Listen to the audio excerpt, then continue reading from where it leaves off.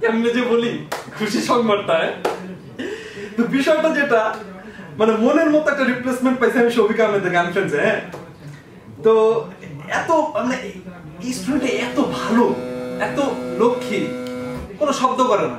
এই যে আশেপাশে এইসব বেয়াদব পোলাপান শব্দ করে, এই শব্দ করছ কেন, তো এরকম কোনো শব্দ করে না, একদম যেমনি যেমনি গান শিখায় ঠিক ওইভাবে গান শিখে, মানে দেখতে শফিক আহমেদের থেকে অনেক ভালো। হ্যাঁ, গান গায় ভালোই, কিন্তু ওস্তাদকে একদম সম্মান করে একদম ভাড়ায় ফেলে। হ্যাঁ, এই জন্যই আমার এত ভালো লাগে। এই স্টুডেন্ট আসো আসো আসো, বেঁচে থাকো উস্তাদ, বেঁচে থাকো।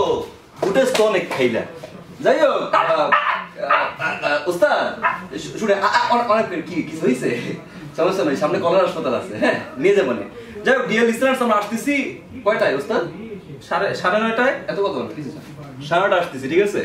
আর আপনি শুনতে বলবেন গারাত দেন, ফ্রেন্ড লাগি তুমি এই জায়গা। এই তোমার কত প্রশংসা করছি আমি লিসনারদের কাছে, তুমি এখন এসে উস্তাদ ফিল করতে হয়।